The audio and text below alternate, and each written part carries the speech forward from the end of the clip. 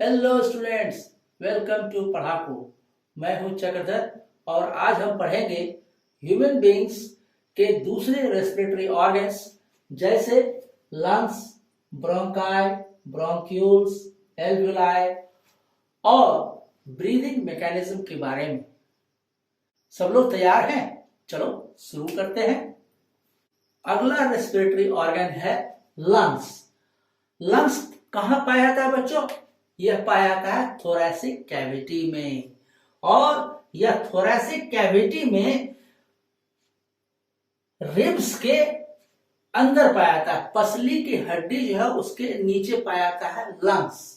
और यह लंग्स दो होता है, एक लेफ्ट लंग, दूसरा राइट लंग। और यह दोनों लंग जो है इसमें लोब्स पाए जाते हैं।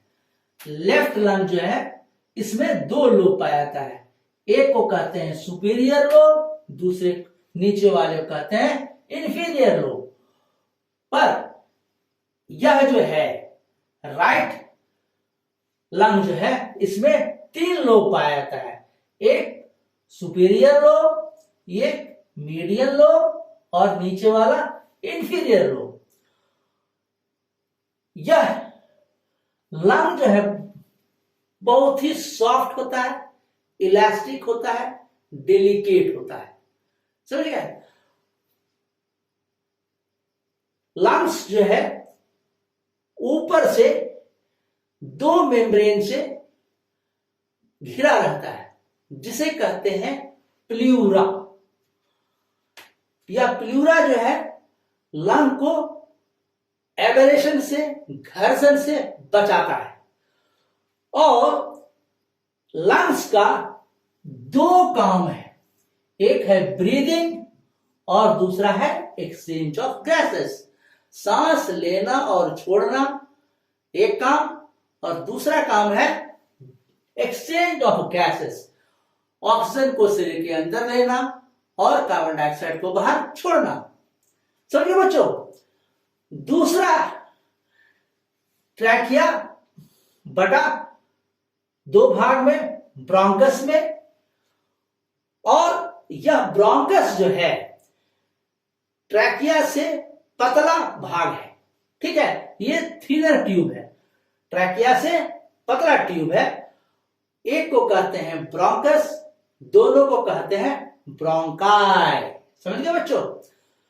और यह ब्रोंकस फिर बाद में चलकर डिवाइड करता है डिफरेंट ब्रांचेस में, और वह ब्रोंकस डिवाइड कर जाता है ब्रोंक्यूल्स में।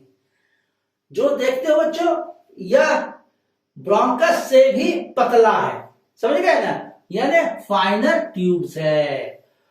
और इस ब्रोंक्यूल्स में के अंत पर, इस ब्रोंक्यूल्स में अंत में क्या होता है?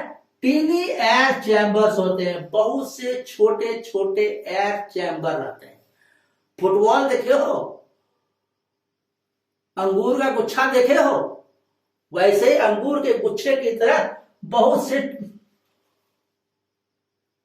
सैक्स होते हैं, एयर सैक्स होते हैं, हवा भरा हुआ सैक है, और उसको कहते हैं एल्वियोलस।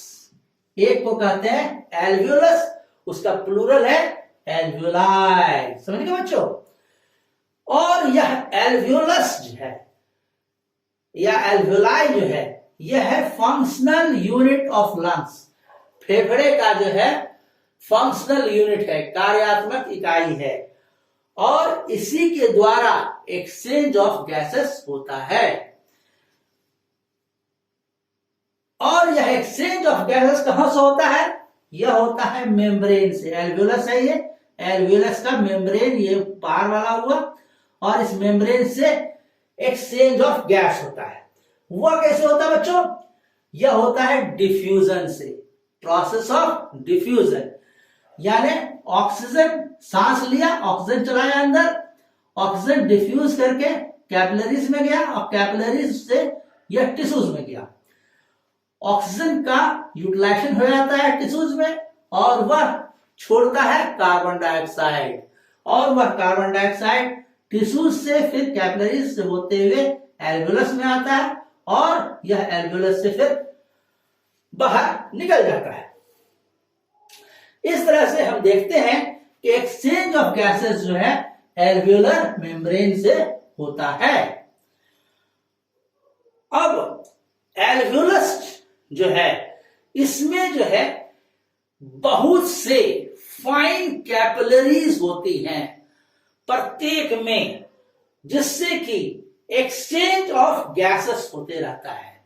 समझ गए बच्चों?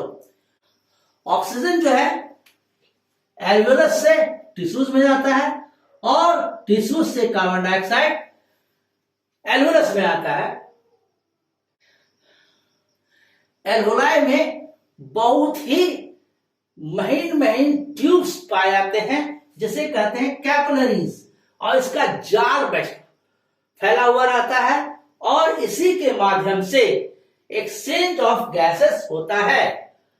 यानी ऑक्सीजन एल्वेलस से निकल के टिश्यूज में जाते हैं, ऑक्सीजन एल्वेलस से निकल के ब्लड वेसल्स में आते हैं, कैपिलरीज में आती हैं और यही कैपिलरीज ट्रांसपोर्ट करके टिश्यूज में ऑक्सीजन पहुंचाती है और टिश्यूज में ऑक्सीजन फूड का ऑक्सीडेशन होने पर कार्बन डाइऑक्साइड निकलता है जो कि डिफ्यूजन के माध्यम से जो कैपिलरीज के द्वारा एल्वेलस के पास आती है और डिफ्यूज करके अंदर चले जाते हैं और यही फिर नॉस्ट्रिल के माध्यम से बाहर निकल जाता है। समझ गए बच्चों?